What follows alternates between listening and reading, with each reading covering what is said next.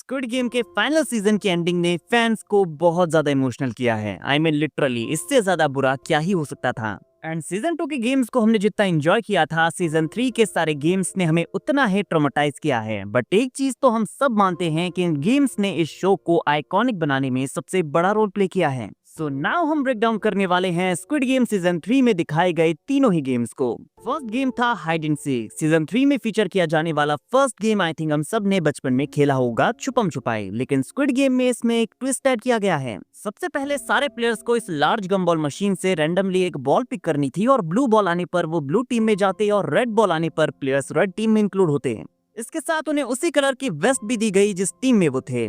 Now अगर आप blue team में हैं तो इसका मतलब है कि आपको छिपना है और मेज से बाहर निकलने का रास्ता ढूंढना है, और अगर आप रेड टीम में हैं तो आपका काम है ब्लू प्लेयर्स को ढूंढना। एंड अगले गेम में जाने के लिए रेड टीम के एक प्लेयर को एटलीस्ट ब्लू टीम का एक प्लेयर तो मारना ही था। यहाँ पर 30 मिनट्स का टाइमर भी लगा हुआ था, और अगर ब्लू प्लेयर 30 मिनट्स तक छिपा रहता है तो उसे भी अगले राउंड में जाने का मौका मिलेगा। और इसी 30 मिनट के टाइम पीरियड के अंदर अगर रेड टीम का कोई प्लेयर एक भी ब्लू प्लेयर को नहीं मार पाता है तो उसे गार्ड्स एलिमिनेट कर देंगे। ये पूरा गेम एक मेज के अंदर प्लेस लेता है, तो ये एक बड़ा भूल भुलैया था। हालांकि इस गेम में रेड प्लेयर्स के पास ज्यादा एडवांटेज था क्योंकि इन्हें तलवार के साइज के चाकू दिए गए थे, तो अगर कोई ब्लू प्लेयर उनके फेस टू फेस आता तो उनके लिए उसे मारना इजी था। वहीं हर एक ब्लू प्लेयर को एक की दी गई थी ताकि वो मेज के डोर्स को खोलकर मेज से बाहर निकलने का रास्ता ढूंढ सके। और यहाँ पर 3 तरह की कीज थी, circle keys, triangle keys and square keys. तो डोर ओपन करने के लिए प्लेयर्स को करेक्ट होल में इनका यूज करना था, और एक बार डोर खुलने के बाद इसे दोबारा लॉक नहीं किया जा सकता था। तो रेड प्लेयर्स किसी भी डोर के अंदर घुस सकते थे, लेकिन इस मेज में एक एग्जिट डोर भी था जिसे अनलॉक करने पर वहां से निकलकर ब्लू प्लेयर्स सेफ हो जाते। लेकिन ये एग्जिट डोर मेज के बहुत अंदर था, और इस एग्जिट डोर को ओपन करने के लिए ब्लू प्लेयर्स के पास तीनों टाइप की कीज होनी चाहिए, जो ये शो करता है कि जहां मोस्ट ऑफ द प्लेयर्स सिर्फ खुद को बचाना चाहते हैं तो वो 1 या 2 कीज के सहारे यहां से बाहर नहीं निकल सकते। आपको इस गेम को कंप्लीट करने के लिए एक टीम की तरह खेलना होगा। इस गेम में प्लेयर 120 युंजू की डेथ हो जाती है क्योंकि म्यूंगी उसकी बैक पर चाकू से स्टैब करता है। प्लेयर 100 एग्जिट डोर पर शामल लेडी को बिट्रे करता है, जिस वजह से वो भी मर जाती है। डाइहो को गीहुन मार देता है, और ग्रैंडमा जुन्ही को बचाने के लिए अपने बेटे को मार देती है। तो सीजन 3 के फर्स्ट गेम ने ही फैंस को रुला दिया था। लेकिन अब बारी थी सेकंड गेम यानी कि जंप रोप की। And I think jump rope भी हम सब ने ऑलमोस्ट अपने बचपन में खेला ही होगा।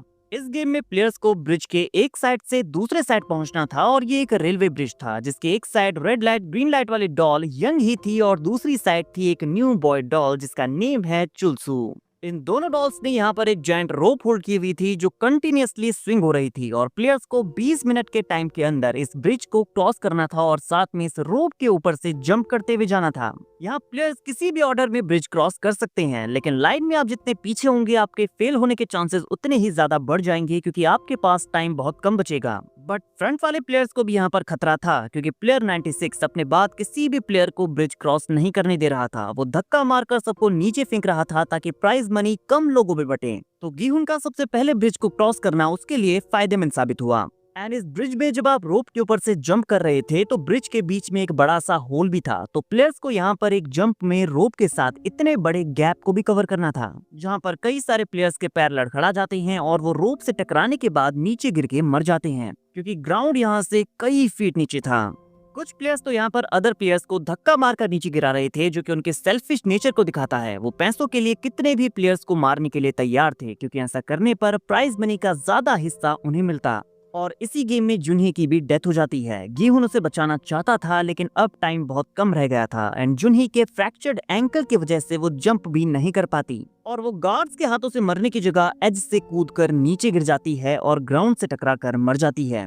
लेकिन इससे पहले वो अपने बेबी को गीहुन को सौंपती है और उसे प्रॉमिस देती है कि तुम्हें इसे प्रोटेक्ट करना होगा। नाउ हमारा थर्ड एंड फाइनल गेम था sky squid game. Final season के फाइनल गेम में एक बार फिर से हमें स्क्विड गेम देखने को मिला है, तो इसका मतलब ये है कि हर बार फाइनल्स में फाइनल गेम स्क्विड गेम ही होता है, जस्ट इसमें थोड़े से चेंजेस किए जाते हैं।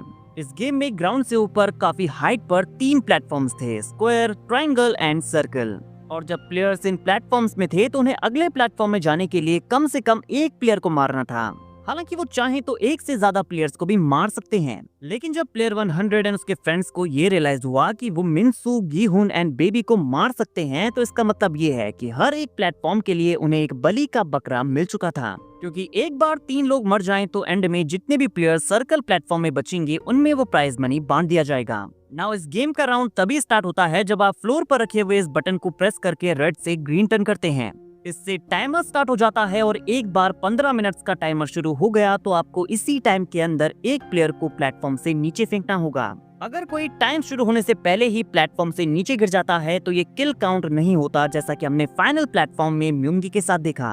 और अगर प्लेयर्स किसी भी एक प्लेयर को टाइम से पहले नीचे नहीं फेंक पाते हैं तो इसका मतलब है कि उन सारे ही प्लेयर्स को मार दिया जाएगा और वो इस गेम को हार जाएंगे। एंड इस गेम में एक बार फिर से हम गुड एंड इविल ह्यूमंस के बीच के डिफरेंस को देखते हैं। प्लेयर 100 की टीम यहाँ पर मिनसू, गीहुन एंड बेबी को मारकर इन गेम्स को जीतने का प्लान बनाते हैं, बट एंड में वो एक दूसरे को ही मार देते हैं, जो ये शो करता है कि एक इविल ह्यूमन कभी किसी का सगा नहीं हो सकता।